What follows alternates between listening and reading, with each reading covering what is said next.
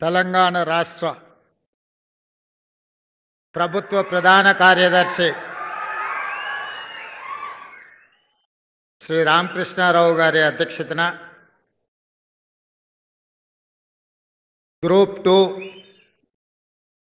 ఉద్యోగ నియామక పత్రాలు అందించాలనే కార్యక్రమాన్ని ఏర్పాటు చేసి ఈ కార్యక్రమానికి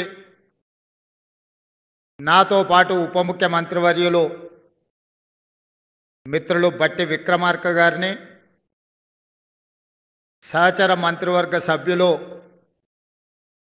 మిత్రులు పొన్నం ప్రభాకర్ గారిని,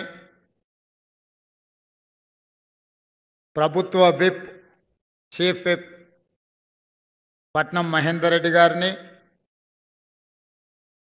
శాసన మండలి సభ్యులను, శాసన సభ్యులను, వివిధ కార్పొరేషన్ల చైర్మన్లను, తెలంగాణ రాష్ట్ర డీజీపీ శ్రీ శివధర్ రెడ్డి గారిని, ఈరోజు నియామక పత్రాలు అందించబోతున్న వివిధ శాఖలకు సంబంధించిన ప్రభుత్వ ఉన్నతాధికారులను,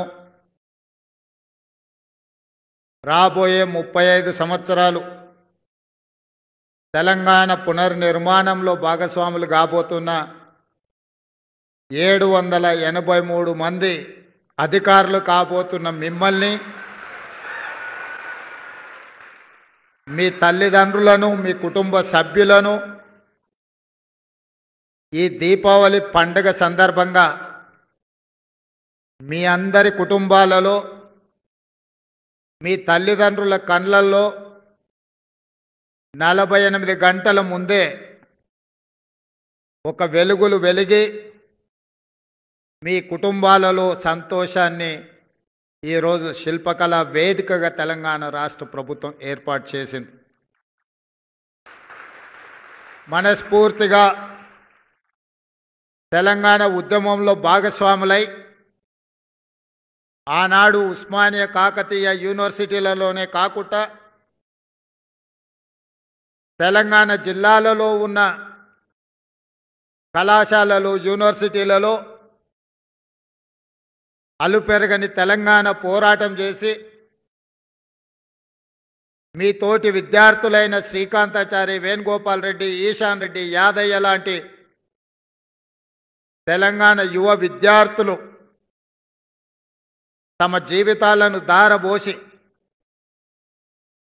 ఆత్మ బలిదానాలు చేసుకొని తెలంగాణ రాష్ట్రాన్ని సాధించింది.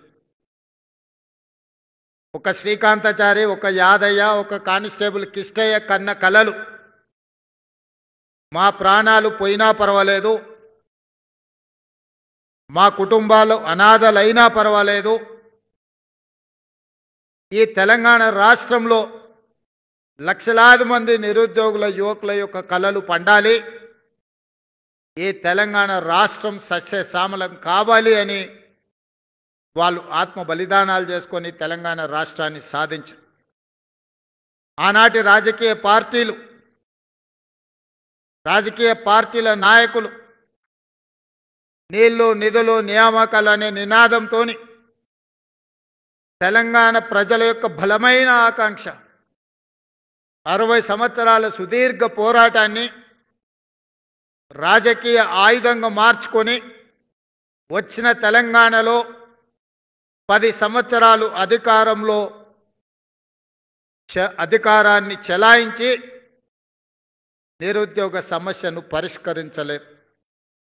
వాళ్ళు, వాళ్ళ కుటుంబ సభ్యులు, వాళ్ళ బంధువర్గము ఆగర్భ శ్రీమంతులు ఎలా కావాలి, నిజాం నవాబుతో పోటీపడే ప్రపంచంలోనే ఈనాటి భాషలో పోల్చాలంటే అదానీ అంబానీలతో పోటీపడి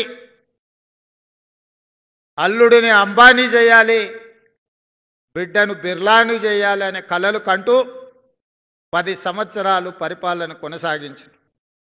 ఏ రోజు కూడా ఒక్క క్షణమైన నిద్రపోయే ముందు గుండెల మీద చేయి పెట్టుకొని ఏ శ్రీకాంతాచారి, ఏ కానిస్టేబుల్ కిష్టయ్య, ఏ యాదయ్య, ఏ ఈశాన్ రెడ్డి, ఏ వేణుగోపాల్ రెడ్డి ఆత్మ బలిదానాలు చేసుకొని తెలంగాణ సాధించినరో వాళ్ళ లక్ష్యమేందో అని ఆలోచన చేసినుంటే మీ ఉద్యోగ నియామకాలు 7-8 సంవత్సరాల క్రితమే జరిగిపోయి ఉండేవి. ఈనాడు తెలంగాణ పునర్నిర్మాణంలో మీరు సీనియర్ అధికారులుగా ఈ ప్రభుత్వంలో బాధ్యత వహించి ఉండేవాళ్ళు. కానీ ఏ రోజు మీ గురించి కానీ వాళ్ళు నినదించిన నీళ్లు నిధులు నియామకాల విషయంలో చిత్తశుద్ధితో పనిచేసినుంటే నీళ్లకు సంబంధించిన కాళేశ్వరం కూలేశ్వరం అయి ఉండేది కాదు. ఈనాడు 1,00,000 కోట్లు గోదావరిలో పోసి నిర్మించిన కాళేశ్వరం కట్టడం కూలడం 3 సంవత్సరాల్లోనే జరిగిపోయింది. చరిత్రలో ఇట్లాంటి దుర్ఘటన, ఇట్లాంటి దురదృష్టకరమైన సందర్భం ఏ దేశంలో, ఈ దేశంలో ఉన్న రాష్ట్రాలే కాదు, ఏ దేశంలో కూడా ఇట్లాంటి పరిస్థితులు రాలేదు. నిధులకు సంబంధించి మీకు తెలుసు, ఫామ్ హౌస్లో 1 ఎకరానికి ₹1 కోటి పండించే విద్య ఆ నాయకులకు తెలిసినప్పుడు తెలంగాణ రాష్ట్ర రైతాంగానికి ఆ విద్య ఎందుకు నేర్పలేదు? మీరే చూసిండ్రు, మా ఫామ్ హౌస్లో పంట పండిస్తే ఎకరాకు ₹1 కోటి వస్తుందని ఒక పెద్ద ఆయన చెప్పిండు. సంతోషం, అద్భుతమైన కళ మీకు ఉన్నందుకు.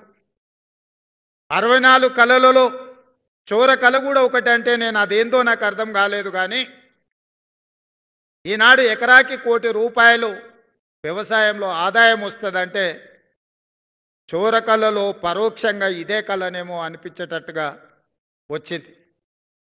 తెలంగాణలో అన్నాడు ఒరేసుకుంటే ఉరేసుకున్నట్టే అని ప్రభుత్వాలు పలికినాయి.